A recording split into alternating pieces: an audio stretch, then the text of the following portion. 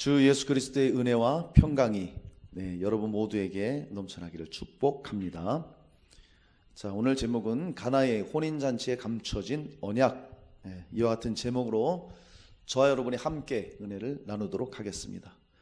2020년도 어느덧 마지막 때가 되었습니다. 마지막 주일이에요. 오늘이 정말 다사다난했던 한 해였던 것 같습니다. 여러분 다 아시는 것처럼 코로나19로 인해서 정말 굉장히 불편하고 어려운 그런 시간들을 보내왔습니다. 지금도 그렇게 보내고 계시고요.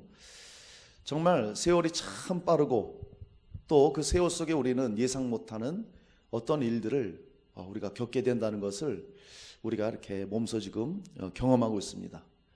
그리고 이런 것들을 보면서 저와 여러분이 꼭 생각해야 될 것이 있는데, 그것은 마지막 때가 반드시 온다는 것을 우리는 알아야 돼요. 우리가 2020년도 어느새 마지막 주일이 됐잖아요. 그리고 이제 2020년 마지막을 며칠 앞두고 있어요. 이것처럼 우리의 마지막도 반드시 온다는 거예요. 마지막 때가 온다는 것을 생각해야 됩니다.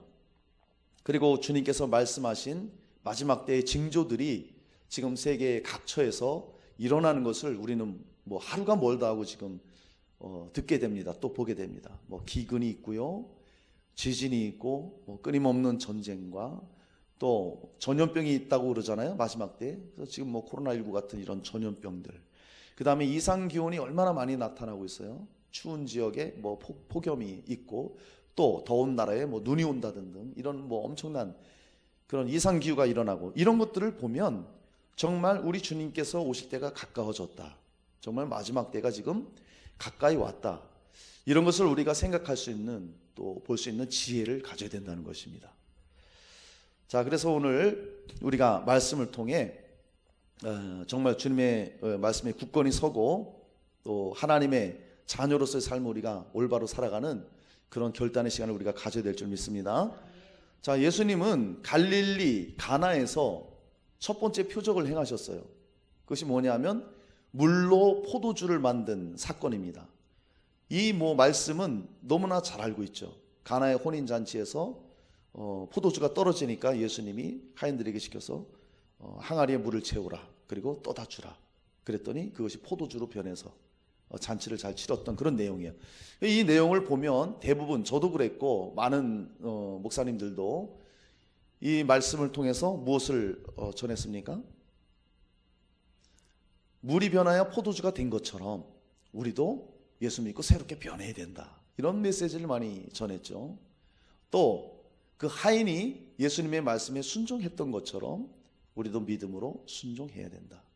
예, 맞습니다. 그 말씀을 통해서 우리가 그 말씀을 들었고 또 그렇게 살아야 되는 게 맞아요. 그런데 지금까지 이 가나안 그 혼인잔치에 그 숨겨져 있던 그런 의미들을, 진짜 그 언약들을 우리가 알지 못하고 지내왔다는 것이죠. 그런데 이 가나안 혼인잔치를 통해서 그 감추어졌던 하나님의 그 언약들, 주 예수 그리스도의 그 언약이 그 가나안 혼인잔치 안에 있다는 것을 우리가 보게 됩니다. 그러니까 마지막 때가 되니까 하나님께서 이 말씀을 통해서, 그리고 또 신약성경의 말씀을 통해서 마지막 때에 있었던 그 언약들을 지금 이 시대에 하나님이 드러내주는 거예요. 그전에는 이것이 열리지 않으니까 몰랐던 것이죠. 그런데 지금은 이것이 이제 명확하게 어떤 언약이 있는지 알려지게 됐어요. 참고로 말씀드리면, 제가 오늘 설교를 준비하고 작성한 것은 가나의 혼인잔치 언약이라는 그런 영화, 다큐 드라마를 제가 참고를 했어요. 그래서 여러분이 그 가나의 혼인잔치 언약, 이것을 아마 다 보게 될 것입니다. 개인적으로 보셔도 되고 또 교회에서 단체로 우리가 볼 생각을 지금 하고 있습니다. 그것을 참고로 해서 이렇게 말씀을 오늘 전하도록 하겠습니다. 그래서 저와 여러분이 오늘 이 말씀을 통해서 가나안 혼인잔치의 이 숨겨진 언약을 살펴보며 정말 마음 가운데 말씀을 새기고, 그리고 또 마지막 시대에 우리가 정말 주님 오심을 기다리면서 정결한 삶을 살아가는 저와 여러분 다 되시기를 주 예수 이름으로 축복합니다. 자, 가나의 혼인잔치에 감춰진 언약은 어떤 것이 있을까요? 첫째는 갈릴리 가나의 혼인잔치는 예수님의 재림 약속을 나타내고 있다는 거예요. 예수님의 재림을 약속하고 있다는 것입니다. 자, 오늘 말씀은 안 읽었지만 우리 요한복음 2장 1, 2절 보면, 요한복음 1장 1, 2절 한번 같이 읽어봐요. 시작. 사흘째 되던 날 갈릴리 가나에 혼례가 있어 예수의 어머니도 거기 계시고 예수와 그 제자들도 혼례의 청함을 받았더니. 아멘.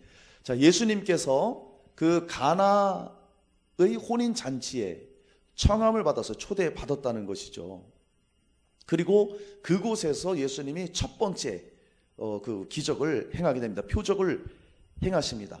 자, 우리가 이 가나 혼인 잔치를 우리가 잘 이해해야 되는데, 이 갈릴리 가나 지역에서 행했던 혼인 잔치의 풍습은 전 세계에 하나밖에 없는 그런 혼인 풍습을 가지고 있습니다. 자, 그 예수님께서 이 땅에 오셔서 공생의 활동을 하시는데, 공생의 활동의 3분의 1을 어느 지역에서 하셨냐? 갈릴리 지역에서 하셨다는 거예요. 그리고 예수님의 제자들은 누굽니까? 다 예루살렘에 살던 사람이 아니라 갈릴리에 있던 사람들이에요. 갈릴리 사람들. 갈릴리 뭐 어부 그렇잖아요. 또 세리도 있었고. 그리고 예수님도 유대인이시면서 예수님도 역시 갈릴리 사람이었어요. 그러니까 이 제자들과 예수님은 그 갈릴리의 혼인 풍습에 대해서 너무나도 잘 알고 있었던 거예요. 그래서 하나님께서는, 예수님께서는 이 갈릴리 혼인 풍습을 통해 마지막 때에 어떻게 이 땅의 사람들을 하나님이 취할 것인지 이것을 지금까지 감춰뒀던 거예요. 그리고 이제 이것을 열어주셔서 이 마지막 시대에 정말 주님 오심을 준비할 수 있도록 그렇게 해주신다는 거예요. 우리가 이 가나의 혼인잔치를 통해서 알 수 있는 것은 예수님의 재림의 약속이 이 혼인잔치 언약 속에 감춰져 있다는 거예요. 우리 주님은 다시 오십니다. 아멘입니까? 반드시 우리 주님은 재림하십니다. 자, 그러면 우리가 먼저 갈릴리 가나의 전통 혼례식을 한번 살펴보도록 하겠습니다. 자, 이 지역에서는 결혼에 앞서서 약혼식을 해요. 정혼식을 하는데, 이 약혼식이 있는 날에는 마을 입구에서 마을의 모든 장로들을 초청합니다. 그 다음에 친척들, 친인척들, 그 다음에 지인들, 심지어 모르는 사람들까지도 다 함께 모이는 거예요. 그러면 그 사람들 앞에서 이 신랑의 아버지가 서약서를 읽어요. 서약서를 읽고 그 서약서를 선포한 다음에 이 신랑이 포도주병을 받아서 이 포도주를 신부에게 따라줘요. 잔에다가 따라준다 이겁니다. 그 다음에 이 신부의 아버지가 뭘 하냐 하면은 신부의 아버지는 신랑의 아버지로부터 돈을 받아요. 이거는 뭐 당신 딸을 데려가니까 지참금입니다 이런 뜻이 아니고, 소유권에 대한 대가가 아니라 혹시 신랑에게 나쁜 일이 생길지 모르니까 보험금을 주는 거예요. 그러는 것이죠. 이것을 통해서 우리가 알 수 있는 것은 하나님도 우리에게 예수 그리스도를 보냈잖아요. 예수 그리스도의 보혈로 그 핏값을 우리에게 주셨다는 것을 우리가 알 수 있는 거예요. 그리고 이 신랑은 정말 경건한 마음으로, 존중을 담아서 사랑하는 마음으로 포도주를 신부에게 이렇게 따라주는 거예요. 그런데 신랑이 신부에게 포도주를 따를 때 강요하지 않아요. 잔을 내밀면 이 신부가 그 잔을 밀어버리면 이건 거부하는 거예요. 거부할 수도 있고, 잔을 받으면 신랑이 거기다 잔을 따라줍니다. 포도주를 따라줘요. 그것을 승낙하는 거예요. 그렇게 해서 이제 혼례식이 진행이 되는 겁니다. 자, 신부에게 결정권이 있다는 거예요. 그러니까 우리가 잘 알아야 됩니다. 하나님이 우리를 구원하실 때 강압적으로 하시지 않는다는 거예요. 사실 주님이 마음만 먹으면 우리 다 구원할 수 있어요. 이 땅에 사람들 보는 앞에 큰 능력을 한번 행해 보세요. 안 믿을 사람이 누가 있어요? 천국 지역 한 번씩 보여주면서 믿을래 안 믿을래 하면 안 믿을 사람이 누가 있느냐 이거예요. 그러나 주님은 인격적인 분이시고 우리에게 그렇게 강요하지 않으세요. 우리에게 자유의지를 주셨잖아요. 그래서 우리에게 선택할 수 있는 그 자유를 주셨다는 거예요. 그것처럼 여기 신랑이 포도주를 줬을 때 그 잔을 받고 포도주를 받으면 그 결혼을 승낙하게 되는 거예요. 우리도 마찬가지죠. 예수께서 십자가에서 피 흘려 주셨습니다. 할렐루야. 우리의 구속을, 죄를 사하시고 구원 사역을 이루어 주셨어요. 그러면 잔을 내미신 거잖아요. 그것을 우리가 받느냐 거부하느냐 여기에 있는 거예요. 감사하게 저와 여러분은 그 예수 그리스도를 받아들인 거예요. 그것은 뭐냐? 곧 신랑으로 받아들인 것과 같은 것이죠. 혼인이 성사됐다는 거예요. 자, 그리고 그 신부가 포도주를 받고 나면 그 다음에는 신랑이 이제 그 포도주를 마시는 거예요. 그러면서 이 약혼식이 끝나게 됩니다. 약혼식을 선포하면서 끝나게 되는 거예요. 자, 여러분, 우리가 분명히 알아야 될 것은 이 결혼식을 통해서 예수님께서 우리의 혼인을 청하시고 혼인한 다음에 그 다음에 우리를 데리러 오신다는 거예요. 자, 이 가나의 결혼식을 보면 약혼식을 했죠. 그럼 바로 사는 게 아니에요. 신랑이 돌아갑니다. 약혼식 후에 한 1년 동안 신랑 신부가 만나질 못해요.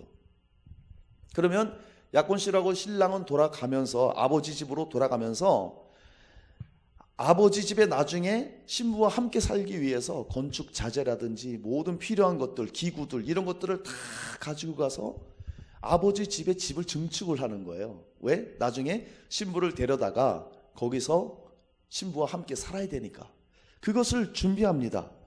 그리고 그것뿐만이 아니라 나중에 정말 결혼식 할 때에 모든 찾아오는 하객들을 먹일 충분한 음식들, 잔치에 필요한 모든 것들을 풍성하게 완벽하게 준비를 하고 있어요. 신랑이 1년 동안 그 일을 합니다. 그리고 이 신랑이 완벽하게 준비를 했더라도 중요한 것은 그 때와 시는 아무도 모른다는 거예요. 그 권한이 누구에게 있느냐? 신랑의 아버지에게 있어요. 신랑이 아무리 준비를 하고 있더라도 아버지가 지금이 때가 되었다 하기 전에는 신랑 마음대로 못 온다는 거예요. 그렇게 준비를 하고 있어요. 누구도 때와 시를 모릅니다. 그것은 아들도 모르고 며느리도 모르고 천사도 모르고 아무도 모르는 거예요. 비록 신랑 신부가 그 혼인식으로 하나가 되었지만 서로 만나지 못하고 떨어져 지내면서 정말 신랑 아버지의 때에 신랑이 오기까지 이 신부는 계속해서 기다리고 있어야 돼요. 그 신랑이 올 때를 기다리고 있어야 된다는 것입니다. 자, 우리 요한복음 14장 2절 3절 말씀 한번 보도록 할게요. 자, 읽습니다. 시작. 내 아버지 집에 거할 곳이 많도다. 그렇지 않으면 너희에게 일렀으리라. 내가 너희를 위하여 거처를 예비하러 가누니 가서 너희를 위하여 거처를 예비하면 내가 다시 와서 너희를 내게로 영접하여 나 있는 곳에 너희도 있게 하리라. 아멘. 자, 예수님이 정말 말씀하셨죠. 내가 이제 아버지께로 갈 것이다. 가는데 무엇을 위해 가느냐? 거처 마련하러 간대요. 마치 혼인 그 약혼식을 했던 신랑이 아버지 집에 돌아가서 집을 준비하는 것처럼 예수님도 천국에 가셔서 정말 예수를 믿는 신부된 우리들을 위해 거처를 마련하신다는 거예요. 그 집을 짓고 있는다는 거예요. 그 다음에 그것이 다 완성되면 그리고 아버지의 때가 되면 그때 오신다고 오늘 우리에게 약속하시는 거예요. 내가 다시 와서 다시 오신다고 약속하잖아요. 그래서 가나안 혼인잔치를 통해서 우리가 알 수 있는 것은 신랑이 모든 것 준비하고 아버지 때에 다시 돌아오듯이 우리 주 예수님이 지금 승천하셔서 하나님 우편에 계시지만 거처를 마련하고 계시고 마지막 때 하나님의 때가 이르면 우리를 데리러 다시 오신다는 거예요. 할렐루야. 주님은 재림하십니다. 아멘입니까? 우리의 믿음이 이것에 있어야 돼요. 주님이 오시긴 오시는 거야. 정말 오셔. 이렇게 오랜 시간 지났는데 아무 일도 없는데 이렇게 생각하면 안 된다는 거예요. 반드시 그분은 이 땅에 재림하십니다. 그 재림을 약속을 하셨어요. 사도행전 1장 7절 말씀 한번 볼게요. 이르시되 때와 시기는 아버지께서 자기의 권한에 두셨으니 너희가 알 바 아니요. 예, 그 때와 시기를 단지 우리가 모를 뿐이지 아버지께 속했기 때문에 분명한 것은 예수님께서 이 땅에 다시 오신다는 겁니다. 우리를 데리러 오신다는 거예요. 자, 그러면 신부는 그 기간 동안 무엇을 합니까? 신부는 신랑이 오기 전까지 예복을 준비하고 있어야 돼요. 그래서 약혼식이 끝나고 신랑은 집을 짓기 위해서 모든 거 준비해서 가서 그 일을 할 동안 신부는 시장에 나갑니다. 시장에 나가서 그 여러 가지 옷감을 보면서 혼인식을 위해서 단장할 그런 예복을 입을 것을 준비를 하는 거예요. 그런데 지금처럼 뭐 옷가게가 많고 우리 옷가게 많잖아요. 이러면 구하기 쉽잖아요. 근데 이 당시에는 그 옷감을 고르는 게 보통 쉬운 일이 아니에요. 정말 고된 일이에요. 뭐 지금으로 말하면 장이 서야 되고 또 옷감을 가진 그 장사가 또 와야 되고 그렇기 때문에 수개월 동안 이걸 준비하는 거예요. 그러니까 쉬운 일이 아니라는 거예요. 예복을 준비하는 게. 어느 한순간 나가서 옷 하나 딱 사는 게 아니라는 거예요. 그렇게 신부는 예복을 그렇게 단장을 하고 준비하고 있다가 언제 올지 모르는 그 신랑을 위해서 항상 깨어 있어야 돼. 그리고 잠을 잘 때도요 예복을 입고 잡니다. 예. 왜? 언제 올지 몰라요. 밤에 오거든요. 그래서요 우리가 신랑이 오기 전까지 해야 될 일이 뭐냐, 이 땅에서 신앙생활 하는 것이 바로 이 예복을 준비하는 거예요. 그런데 신부가 예복을 준비하는 게 쉽지는 않았죠. 수개월이 걸렸죠. 그것처럼 우리의 신앙생활도 그냥 쉽게 하는 게 아니라는 거예요. 우리는 예수님이 다시 신랑 되신 예수님이 이 땅에 오실 때까지 우리는 정말 정결한 신부로 단장을 하고 있어야 되는 거예요. 정말 하나님 말씀 붙들고 그분 뜻을 따르면서 예수 그리스도의 장성한 분량을 닮아가면서 그분을 기다리고 있어야 된다는 거예요. 할렐루야. 그것을 우리가 오늘 이 혼인잔치를 통해서 알 수 있는 거예요. 우리 예수님은 지금 어쩌면 예수님은 모든 준비가 지금 다 돼 있을지 몰라요. 예수님도 정말 신랑이 신부를 얼마나 기다리겠어요. 혼인잔치 약혼을 했으면 얼마나 결혼하기를 기다리느냐 이거예요. 저도 우리 아내와 약혼식을 했습니다. 약혼식을 했는데 정말 빨리 결혼할 날이 기다려지는 거예요. 왜? 사랑하는 그 신부와 함께 빨리 살고 싶어서. 여기 가나 혼인잔치의 신랑도 마찬가지죠. 빨리 오고 싶은 거야. 모든 게 다 준비됐어요. 그런데 아버지의 때가 안 된 거예요. 아버지가 이때다 하면 바로 오는 거죠. 지금 예수님은 저와 여러분을 위해 모든 거처를 마련하고 어쩌면 모든 준비가 다 끝난 상태로 있을 수 있어요. 그럼 뭡니까? 주님의 때가 딱 되면 오신다는 거예요. 우리를 데리러. 할렐루야. 우리의 소망이 거기 있는 거 아니에요? 우리가 왜 신앙생활을 하고 왜 우리가 믿음생활을 합니까? 우리 모든 소망은 주 예수 그리스도께 있습니다. 할렐루야. 신랑 되신 예수님께 우리의 모든 소망이 거기에 있는 거예요. 그분을 기다리면서 정결한 신부로 우리가 살아가는 것입니다. 자, 우리 계시록 3장 3절 말씀을 볼까요? 시작. 그러므로 내가 어떻게 받았으며 어떻게 들었는지 생각하고 지켜 회개하라. 만일 일깨지 아니하면 내가 도둑같이 이르리니 어느 때에 내게 이르는지 내가 알지 못하리라. 아멘. 주님이 반드시 다시 오신다고 너희는 깨어 있으라고 주님이 말씀하십니다. 그러면 우리가 할 일은 정말 이 예복을 준비하고 예복을 입고 신부가 그 예복을 입고 잠을 자면서 신랑을 기다리는 것처럼 그렇게 우리도 주님을 기다려야 된다는 거예요. 사랑하는 여러분, 정말 가나 혼인잔치에 이 감춰진 언약이 무엇입니까? 바로 신랑 대신 예수께서 다시 우리를 데리러 오신다는 거예요. 이 재림의 약속을 믿고 거룩한 신부의 예복을 입고 준비하는 저와 여러분 되시기를 주님의 이름으로 축복합니다.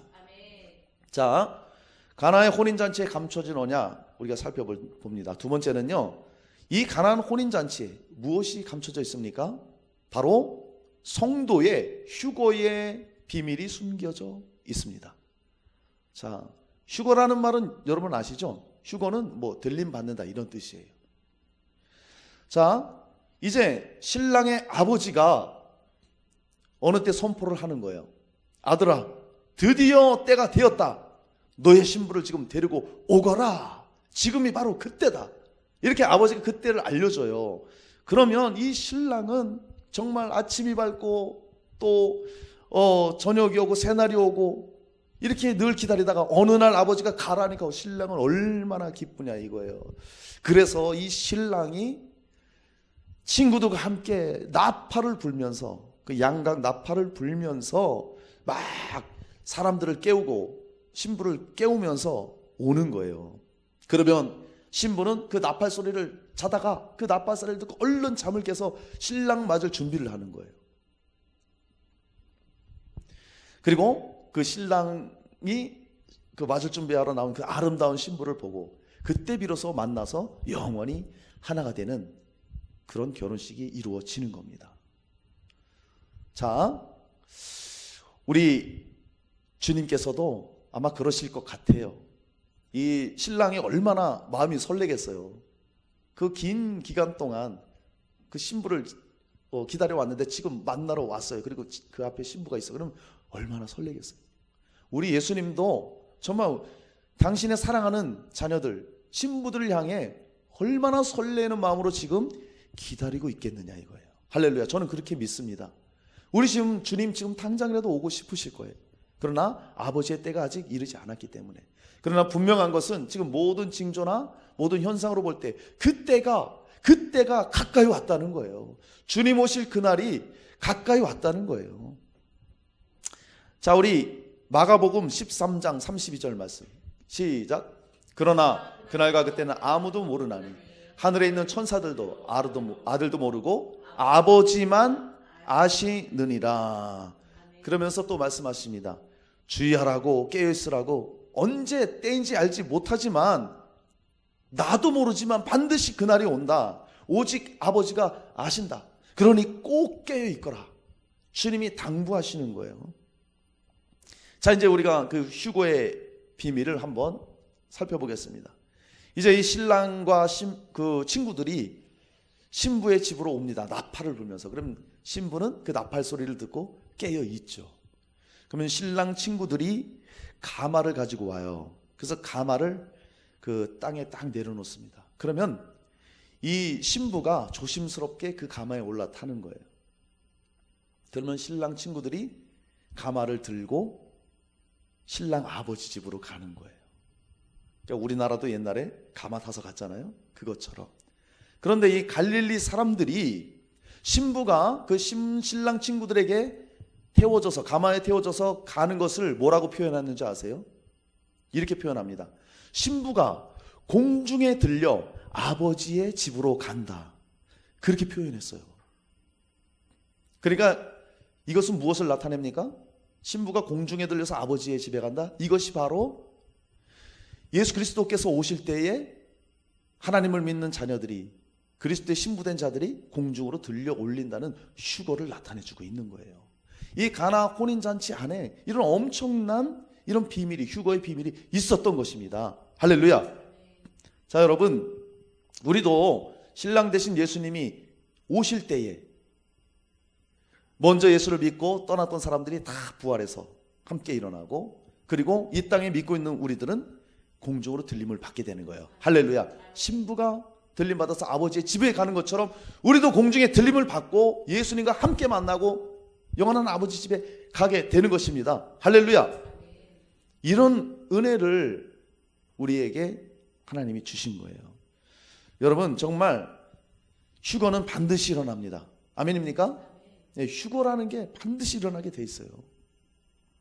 자, 그리고 이제 신부가 아버지의 집에 가마를 타고 들려서 도착을 해요.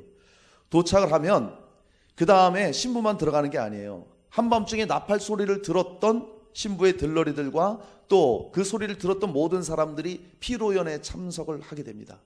그래서 예수님을 믿는 모든 사람들이 어린 양의 혼인잔치에 들어가는 것이 이루어지는 거예요. 중요한 것. 그리고 그 아버지의 집에서 피로연이 열리잖아요. 그러면 나팔 소리 듣고 신부와 함께 깨어있던 사람들은 딱 신랑 집에 들어가서 거기서 잔치를 해요. 그런데 딱 들어가잖아요. 들어가면 문이 딱 닫혀버려요. 문이 딱 닫히고 7일 동안 안에 있는 사람은 나오지도 못하고 밖에 있는 사람은 들어가지도 못하는 거예요. 뭡니까? 7년 대환란에 있다는 거예요. 안에 있는 사람은 보호를 받고 밖에서 아무리 문을 열어달라고 해도 그때는 열리지 않는 거예요. 한 번 닫히면 끝입니다. 끝. 그 말씀이 이루어지는 거예요. 그러니까 신부로 준비하고 있던 주님이 이 땅에 오신다. 주님이 다시 오십니다. 이 믿음을 가지고 있던 사람들, 그리고 하나님의 말씀 붙잡고 이 땅에서 주님 오심을 바라보면서 주를 따라갔던 사람들은 주님 오실 때 들림받고 거기 들어가지만, 그 어린 양의 혼인잔치 들어가지만, 그렇게 주님이 오신다고 말을 해주고 주님이 재림하십니다 경고를 했음에도 끝까지 듣지 않던 사람들, 이런 사람들은요, 아무리 나중에 거기 들어가게 해달라고 애원해봤자 소용이 없는 거예요. 예수님 그랬죠. 마지막 때, 인자의 때에는 노아의 때와 같이 사람들이 먹고 마시고 즐긴다고. 멸망당하는 그 순간까지도 모른다는 거예요. 결국엔 노아 가족 만들어서 구원 받았듯이 마찬가지입니다. 나팔 소리를 듣고 깨어있던 사람들만 들어서 잔치에 참여하고 나머지 사람들은 거기 못 들어가는 거예요. 그 사람들은 어떻게 될까요? 거기 참석하지 못하면 문 밖에서 슬프며 이를 빠드득 갈게 되는 거예요.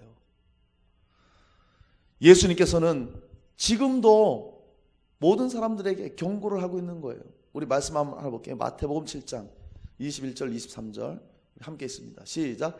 나더러 주여 주여 하는 자마다 다 천국에 들어갈 것이 아니요 다만 하늘에 계신 내 아버지의 뜻대로 행하는 자라야 들어가리라. 그날에 많은 사람이 나더러 이르되 주여 주여 우리가 주의 이름으로 선지자 노릇하며 주의 이름으로 귀신을 쫓아내며 주의 이름으로 많은 권능을 행하지 아니하였나이까 하리니 그때 내가 그들에게 밝히 말하되 내가 너희를 도무지 알지 못하니 불법을 행하는 자들아 내게서 떠나가라 하리라. 아멘. 이렇게 된다는 거예요. 그렇게 주님이 오신다고 경고를 하고 하늘나라를 위해서 살아라, 주 예수를 위해서 살아라, 그렇게 말씀을 했는데, 다시 말하면 그렇게 나팔을 불었는데 그 소리를 듣질 않아요. 듣지 않고 자기 마음대로 신앙생활하고 그러면서도 자기가 잘하는 줄 알아요. 권능도 해가고 능력도 해가고 내가 이렇게 사역하는데 뭐 난 당연히 천국까지 않겠어? 이렇게 안일하게 생각해요. 근데 결국에는 어떤 일이 일어납니까? 나중엔 내가 너희들 몰라, 도무지 알지 못해, 나에게서 떠나. 문을 안 열어주는 거예요. 안 열린다는 거예요. 여러분, 분명히 예수 그리스도께서 이 땅에 다시 오시고 신랑으로 오시고 그리고 우리는 휴거가 됩니다. 들림을 받는다는 거예요. 할렐루야. 이 믿음에 우리는 굳건히 서 있어야 돼요. 그래서 데살로니가 전서 4장 14절로 17절 거기 말씀을 보면, 자 읽습니다. 우리가 예수께서 죽으셨다가 다시 살아나심을 믿을진대 이와 같이 예수 안에서 자는 자들도 하나님이 그와 함께 데리러 오시리라. 우리가 주의 말씀으로 너에게 이것을 말하노니 주께서 강림하실 때까지 우리 살아남아 있는 자도 자는 자마다 결코 앞서지 못하리라. 주께서 호령과 천사장의 소리와 하나님의 나팔 소리로 친히 하늘로부터 강림하시리니 그리스도 안에서 죽은 자들이 먼저 일어나고 그 위에 우리 살아남은 자들도 그들과 함께 구름 속으로 끌어올려 공중에서 주를 영접하게 하시리니 그리하여 우리가 항상 주와 함께 있으리라. 아멘. 분명하게 주님이 나팔을, 천사들과 함께 나팔을 불며 오신다 이거예요. 지금도 계속 나팔을 불고 있는 거예요. 근데 안 들으면 어떻게 되느냐? 못 올라가요. 그러나 준비된 자들은 들려 올라가는 것입니다. 여러분, 근데 이 휴거라는 것이 분명히 일어나는데 휴거에 대한 사람들이 많은 거부감을 갖고 있습니다. 대표적인 예로 1992년에 10월 28일 여러분들 다 알 거예요. 다미 선교회가 선교하라는 곳에서 그 10월 28일 자정에 주님이 오신다, 예수님이 오신다, 그 날짜와 시간을 정해줬어요. 성경은 분명히 뭐라고 말했어요? 그 때와 시는 천사도 모르고 아들도 모른다 그랬어요. 그런데 왜 그거를 그렇게 시를 정합니까? 이거 위험한 거예요. 예수님이 어느 때 오시느냐 이거를 자꾸 생각하면 안 돼요. 그걸 생각하지 말고 주님은 왜 우리에게 오시는가, 우리는 이걸 볼 수 있어야 돼요. 어쨌든 이 휴거에 대한 부정적인 그런 것들이 생겼어요. 이 다민 선교의 사건으로 아주 떠들썩했잖아요. 생중계하고 뉴스에 나오고 난리가 났죠. 그러다 보니까 교회에서 휴거에 대한 말을 하면요, 저 교회 이상한 교회야. 예수님의 재림에 대해서 얘기하면 저기 좀 이상해, 이단 사이비 같아, 이렇게 되는 거예요. 여러분, 그렇다고 해서 주님의 재림과 휴거가 이루어지지 않습니까? 이거는요 성경에서 아주 중요한 부분이에요. 그리고 주님께서 마지막 완성하실 일들이에요. 그렇다고 그런 소리가 두려워서 재림과 휴거를 전하지 않으면 이거 되겠습니까? 그걸 전하지 않으면은 나팔을 불지 않는 거예요. 주의 종으로서 그거를 하지 않는다면 정말 주의 종들도 큰일 납니다. 자, 마태복음 24장 45절로 46절 시작. 충성되고 지혜 있는 종이 되어 주인에게 그 집 사람들을 맡아 때를 따라 양식을 나눠줄 자가 누구냐? 주인이 올 때에 그 종이 이렇게 하는 것을 보면 그 종이 복이 있으리라.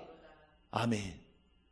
지금은요 정말 이 충성된 종이 집 사람들을 맡아서 때에 필요한 양식을 줬다 그랬어요. 그 종이 복되다 그랬어요.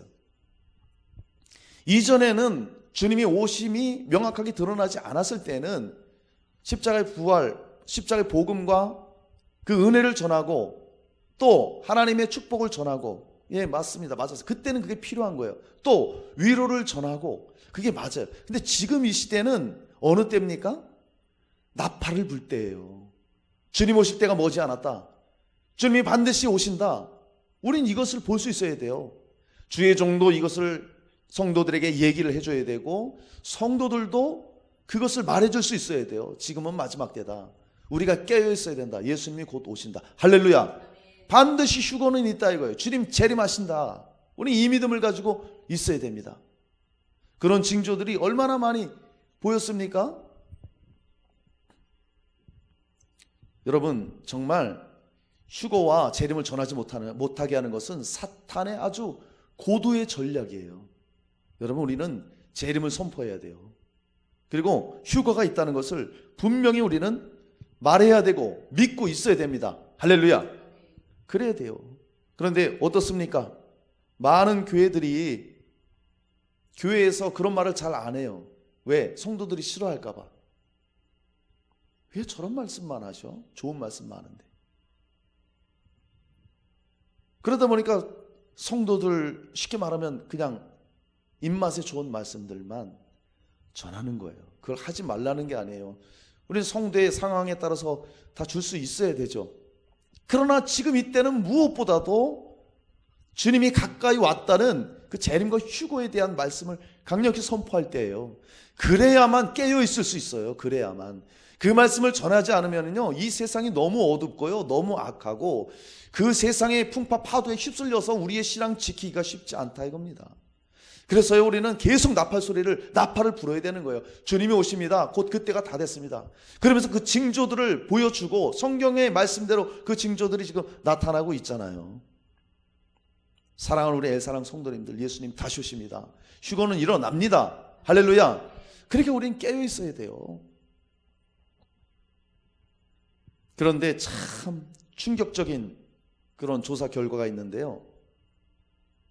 전 세계에서 목사님들이 약 2%의 목사님들이 예언에 관한 말씀을 전하고 재림과 휴거에 대해서 말한다는 거예요.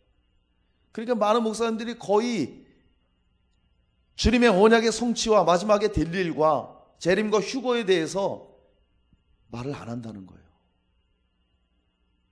말을 안 한다는 거예요.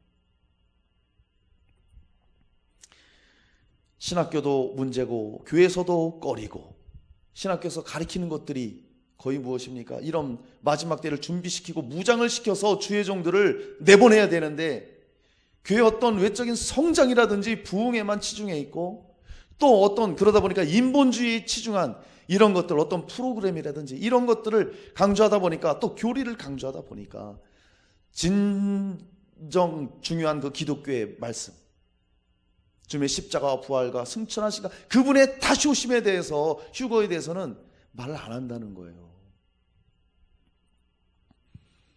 그러면 신학교에서 전도사님들이 그런 교회 성장이라든지 부흥학이라든지 또 인본주의 이런 것을 가지고 나와서 목회를 하면 그대로 목회를 하면 성도들이 무엇을 듣고 그 교회가 어떻게 되느냐 이거예요. 교회는 생명력을 잃고 하늘의 소망에 두는 것이 아니라 세상과 타협하게 되고 별반 다르지 않게 살아가게 된다는 거예요. 우린 정말 주님의 휴거가 반드시 온다는 것을 알아야 됩니다. 미국이 어떻게 그런 큰 나라가 됐어요? 기독교 국가 아니었어요? 60년대 뭐 이때만 해도 70년대 이때만 해도 미국이 얼마나 신앙생활 잘하는지 몰라요. 근데 점점 지금 타락하고 인본주의가 되고 지금은 얼마나 힘들어요. 미국 교회가 세속화되고 동성애 뭐 이런 것 때문에. 한국 교회도 마찬가지고요. 우리 한국 교회가 얼마나 주님 사모했어요? 주님 언제 오십니까? 주님 막 밤을 새며 기도하고 새벽 기도하면서 주님의 재림을 갈망하고 하늘을 소망하고 천국 소망으로 살았던 믿음의 우리 어르신들이 얼마나 많았어요? 지금은요 거의 그런 거 찾기 힘든 시대가 됐어요. 그런데 우리가 오늘 이 시간을 통해서 바로 알아야 될 것은 이 가나안 혼인잔치를 우리가 살펴보면서 정말 성도의 휴거가 있다는 것을 우리가 알아야 됩니다. 신랑 예수님은 오신다는 거예요. 그때가 가까이 왔다. 분명히 휴거는 있다는 것입니다. 할렐루야. 자, 우리 마태복음 25장 10절 말씀 봅니다. 시작. 그들이 살아간 사이에 신랑이 오므로 준비하였던 자들은 함께 혼인잔치에 들어가고 문은 닫힌지라. 마태복음 25장에 열처녀 비유가 나오잖아요. 열처녀가 신랑 기다리고 있다가 다 졸아요. 이 시대는 졸 수밖에 없어요. 시대가 그렇습니다. 어둡습니다. 그런데 신랑이로다 나팔 부면서 신랑이 올 때에 기름이 준비되었던 5 슬기로운 처녀들은 그 잔치에 들어가고 준비되지 않았던 그 미련한 5 처녀는 거기 들어가지 못하는 거예요. 그러니까 우리는 항상 준비가 돼 있어야 돼요. 준비된 자만이 신랑 예수님이 오실 때에 거길 들어갈 수 있어요. 무엇을 준비해야 됩니까? 우리가 기름을 준비해야 되잖아요. 기름. 슬기로운 5 처녀가 기름을 준비했잖아요. 기름을 준비한다는 것은 성령 충만한 신앙생활을 말씀하는 거예요. 우리 성령 충만해야 됩니다. 할렐루야. 성령 충만이 뭐예요? 성령님이 우리의 주가 되시고 성령의 인도함을 날마다 받는 거예요. 그것이 성령 충만한 삶입니다. 이 세대를 본받지 않고 세상 풍속을 따라가지 않고 구별된 삶을 살아가는 성령의 인도함을 받는 삶, 이것이 바로 성령 충만한 삶이요 준비된 삶이라는 거예요. 하나님과의 친밀한 교제를 가지고 말씀대로 살아가며 우리에게 맡겨진 전도와 선교의 사명을 끝까지 감당하면서 가는 사람이 준비된 자라는 거예요. 준비된 자. 이것이 바로 우리의 예복이에요. 예복. 그것이 그런 신앙생활이 그런 자만이 어린 양의 혼인잔치에 들어갑니다. 우리 계시록 말씀 볼게요. 계시록 19장 시작. 우리가 즐거워하고 크게 기뻐하며 그에게 영광을 돌리세. 어린 양의 혼인잔치 기약이 이르렀고 그의 아내가 자신을 준비하였으므로 그에게 빛나고 깨끗한 세마포 옷을 입도록 허락하셨으니 이 세마포 옷은 성도들의 옳은 행실이로다 하더라. 아멘. 아멘. 여기 보니까요 준비를 했어요. 준비를 했는데 세마포 옷을 입었다 말해요. 그리고 그 세마포 옷은 성도들의 옳은 행실이다 말하고 있습니다. 성도들의 옳은 행실이 무엇입니까?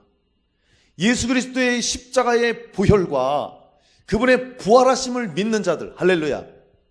그 복음을 믿고 그리고 자신의 정과 욕심을 십자가에 못 박고 주님을 따르는 자, 그리고 성령의 인도함을 받고 그리스도의 장성한 분량을 향하여 나아가는 자들, 이 사람들이 준비된 자요. 그 사람들이 성도의 옳은 행실을 사는 자들이라는 거예요. 할렐루야. 그렇게 할 때에 신랑 예수를 맞이할 수 있는 것입니다. 사랑하는 여러분, 신랑 되신 예수님께서는 재림하십니다. 아멘. 그때에 정말 우리는 준비되어서 정결한 신부로 하나님 앞에, 예수님 앞에 들림받는 은혜가 있기를 주의 이름으로 축복합니다. 갈릴리 가나 혼인잔치에 우리가 숨겨진 언약을 살펴봅니다. 이제 마지막 3번째입니다. 그 혼인잔치를 통해서 우리는 무엇을 알 수 있습니까? 포도주의 언약을 알 수 있어요. 예수님은 언약을 지키시고 이루어 주신다는 것입니다. 할렐루야. 이 혼인잔치에서 아주 중요한 것이 있습니다. 그건 뭐냐면 포도주예요. 포도주. 그래서 가나의 혼인잔치에서 포도주가 떨어지니까, 이 포도주가 떨어지면 큰 실례거든요. 결례예요. 잔치를 행할 수가 없는 거예요. 그래서 예수님이 물로 포도주를 만드신 거예요. 잔치를 할 수 있도록. 자, 이 포도주의 언약이 예수 그리스도의 사역에 어떻게 나타났냐? 우리 마가복음 14장 23절로 25절 시작. 또 잔을 가지사 감사기도 하시고 그들에게 주시니 다 이를 마시매 이르시되 이것은 많은 사람들을 위하여 흘리는 나의 피 곧 언약의 피니라. 진실로 너희에게 이르노니 내가 포도나무에서 난 것을 하나님 나라에서 새 것으로 마시는 날까지 다시 마시지 아니라 하시니라. 아멘. 우리가 이 말씀을 많이 읽었지만 사실 이 말씀이 그렇게 쉽게 이해되는 말씀이 아니었어요. 하나님 나라에서 새 것으로 마시는 날까지 내가 다시 마시지 않겠다. 이게 무슨 말인가? 그냥 하나님 나라에서 그냥 다시 만나는 그날을 얘기하는가 보다. 이 정도로만 우리가 이해를 했어요. 자, 그런데 이 말씀도 가나 혼인잔치 그 전통 안에 숨겨져 있었다는 거예요. 자, 정혼식에서 신랑과 신부가 마주서게 되면 아까도 말씀드렸지만 신랑이 신부에게 잔을 주잖아요. 그러면 그 신부가 잔을 받아 마시면 혼인이 성사된 거죠. 약속이 이루어지는 겁니다. 결혼 승낙이 이루어진 거예요. 그 다음에 그 가나 지역의 신랑은요, 그 신부하고 이렇게 잔을 마셨잖아요. 그러면 아버지 집에서 그 잔치가 이루어져서 마시기 전까지는 절대 포도주를 안 마시는 거예요. 그게 약속입니다. 약속. 자, 그럼 보세요. 예수님이 지금 최후의 만찬에서 제자들에게 포도주를 줬어요. 신랑으로서 예수님이 포도주를 준 거예요. 제자들이 그걸 다 받아 마셨죠. 다 받아 마셨다는 것은 벌써 예수님과 그 혼인 관계가 성사가 된 거예요. 우리로 말하면 예수께서 십자가에서 피를 흘려 주셨어요. 할렐루야. 우리는 그 예수님의 십자가 보혈을 믿었어요. 아멘. 그분이 잔을 주셨고 우리는 잔을 받은 거예요. 아멘입니까? 성사가 된 거예요. 지금 언약이 이루어진 거예요. 그런데 예수님이 하신 말씀, 내가 아버지의 집에서 나라에서 새 것으로 마시는 날까지 다시 마시지 않겠다 그랬잖아요. 그래서 유월절이 지나고 그 포도주를 제자들에게 주고 그 다음에 이제 잡히시잖아요. 잡히셔서 십자가를 지시고 골고다에 이르시잖아요. 우리 말씀 볼게요. 마태복음 27장 시작. 골고다 즉 해골의 곳이라는 곳에 이르러 쓸개탄 포도주를 예수께 주어 마시게 하려 하였더니 예수께서 맛보시고 마시고자 하지 아니하시더라. 아멘. 예수님이 십자가 지고 얼마나 힘겹습니까? 매를 맞고 채찍이 맞고 면류관 가시관 쓰고 골고다 거기 오른 너무 힘든 거, 너무 고통스러운 거예요. 그러니까 사람들이 쓸개탄 포도주를 줘요. 이 쓸개탄 포도주는 뭐냐면 쉽게 말하면 마취제 역할을 하는 거예요. 마취제 역할을 마취제처럼 하는 정도는 아니지만 조금의 고통을 덜 수 있는 그런 역할을 하는 거예요. 쓸개탄 포도주가. 그런데 예수님이 그걸 줬을 때 마시지 않아요. 왜 안 마셨어요? 언약이잖아요. 내가 아버지 집에서 그 잔치 때 포도주를 새 것으로 마실 때까지 포도주를 나는 먹지 않겠다. 신부와의 언약이에요. 신랑이 아버지 집에서 새 것으로 잔치할 때 마시기 전까지 포도주를 입에 안 댄다고 신부에게 약속했잖아요. 예수님은 지금 그 언약을 이루기 위해서 그 십자가에서 그 모진 고통을 조금이라도 감안받지 않고 그 포도주를 마시지 않은 거예요. 할렐루야. 주님은 그 고통을 감수하시면서까지 언약을 지키신다 이겁니다. 할렐루야. 그 약속을 우리에게 해주신 거예요. 그러니까 그분이 왜 쓸개탄 포도주를 안 마셨느냐. 장차 다시 오실 신랑으로서 우리와의 언약을 지키시기 위해서. 할렐루야. 그래서 주님은 그 언약의 그 유월절에 그 포도주를 제자들에게 주고 그리고 유월절 어린 양으로서 그 잔을 포도주를 그 피를 흘려주신 거예요. 십자가에서. 할렐루야. 얼마나 신실하시고 감사합니까? 정말 이 가나의 혼인잔치 전통을 보면서 혼인잔치 안에 이런 것들이 숨겨져 있는 거예요. 우리 이사야 25장 6절 말씀 볼게요. 시작. 만군의 여호와께서 이 산에서 만민을 위하여 기름진 것과 오래 저장하였던 포도주로 연회를 베푸시리니 곧 골수가 가득한 기름진 것과 오래 저장하였던 맑은 포도주로 하실 것이며, 주님께서 마지막에 회복시키시고 마지막 때에 잔치할 것을 이사야 그 선지자를 통해서 예언하고 있는 것이죠. 민수기 23장 19절, 주님은 약속을 반드시 이루십니다. 아멘. 자, 읽습니다. 하나님은 사람이 아니시니 거짓말을 하지 않으시고 인생이 아니시니 후회가 없으시도다. 어찌 그 말씀하신 말을 행하지 않으시며 하신 말씀을 실행하지 않으시랴. 할렐루야. 신실하신 주님은요, 이 언약을 반드시 지키신다는 거예요. 여러분, 이걸 확신을 하셔야 됩니다. 믿습니까? 확신을 하셔야 돼요. 주님은 이 언약을 이루신다 이겁니다. 가나안 약혼식에서 신랑이 정말 경건함과 그 존중과 사랑을 담아서 신부에게 포도주를 따라줍니다.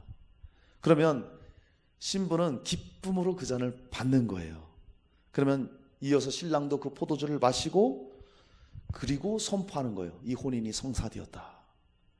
그러면 이렇게 선포합니다. 당신은 모세의 율법에 따라 선별되었어.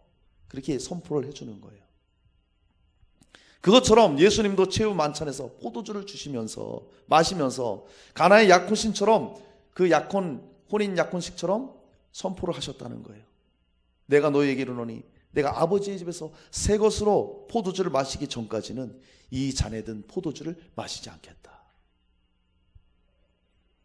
반드시 너희를 위해 내가 피를 쏟을 것이다. 6월절 어린 양이 되셔서 십자가에서 그래서 그 언약의 피를 흘려주신 거예요. 그리고 그 예수 그리스도께서 십자가에 흘리신 그 예수 그리스도를 믿으면, 그 보혈을 믿으면 우리는 신부로서의 언약이 성사되고 이제 그분이 오실 때에 그분과 함께 영원히 살게 되는 은혜를 우리가 받은 것입니다. 이것이 새 언약이에요. 그리고 당시 그 지역에서는 이 빵을 나눌 때, 떡을 뛸 때에 이 떡을 같이 나눕니다. 같이 나누고 잔도 우리가 성찬할 때는 개별적인 잔이잖아요. 원래 이 당시 문화는 한 잔을 가지고 같이 마셔요. 그러니까 무엇을 의미합니까? 둘이 하나가 되었다는 것을 말해주고 있는 거예요. 우리가 성찬하는 것도 그런 의미잖아요. 그래서 최후의 만찬에서 예수님 말씀하시잖아요. 빵을 떼어주면서, 떡을 떼어주면서, 이것은 너희를 위한 내 찢어진 몸이다. 십자가에 예수님이 찢기셔야 되잖아요. 잔을 따라 주시면서 이것은 너희를 위하여 흘리는 바 언약의 피니라. 잔을 주시잖아요. 신랑 되신 예수님께서 신부인 우리에게 그렇게 말씀하셨어요. 이 떡을 받아 마셔라. 이 잔을 마시라. 마치 가나안 혼인잔치에서 그 서약한 선포의 내용과 똑같은 거예요. 여러분, 예수님은 지금도 정말 존중으로 또 경건함으로 우리에게 청혼을 하시는 거예요. 잔을 주신다 이거예요. 여러분 어떻습니까? 예수님의 이 잔을 받으셨습니까? 아니면 지금도 그 잔만 바라보고 있습니까? 아니면 그 잔을 내밀고 있습니까? 주님이 그 잔을 내밀 때 저와 여러분은 그 잔을 받으면 되는 거예요. 그러면 신랑이 올 때에 신랑을 만나서 함께 아버지 집에 가게 되는 것입니다. 우리가 무엇을 하는 게 있어요? 없어요. 전적인 하나님의 은혜예요. 우리가 할 수 있는 것, 예복을 준비하고 그분을 기다리는 것입니다. 말씀 따라가고 성령의 인도함 받고 그렇게 살아가는 거예요. 여러분, 우리를 위해서 십자가에 피 흘려 죽으시고 부활하시고 승천하신 그 예수님, 아버지의 때에 우리를 데리러 오십니다. 신부인 저와 여러분을 데리러 오십니다. 할렐루야. 그때가 정말 얼마 남지 않았어요. 우리는 정말 깨어 있어야 됩니다. 신랑 되신 예수님이 왔을 때에 정말 기쁨으로 그 예수님을 만날 수 있도록 깨어 있어야 된다는 거예요. 여러분, 오늘 말씀을 정리하겠습니다. 오늘 가나 혼인잔치의 그 모습을 우리가 보면서 그 안에 감춰있는 언약들을 우리가 살펴봤습니다. 그것을 통해서 우리가 무엇을 알았습니까? 신랑 되신 예수님께서 다시 오신다 재림을 약속해 주셨습니다. 그리고 성도들의 신부의 휴거가 있다는 것, 들림을 받는다는 것 우리가 알게 되었습니다. 그리고 주님께서는 그 언약을 반드시 지켜주신다는 거예요. 이루신다는 것입니다. 사랑하는 여러분, 정말 이 마지막 때에 깨어서 준비하시고 예수님이 다시 오실 때에 그분을 기쁨으로 맞을 수 있는 저와 여러분은 다 되시기를 주 예수 이름으로 축복합니다.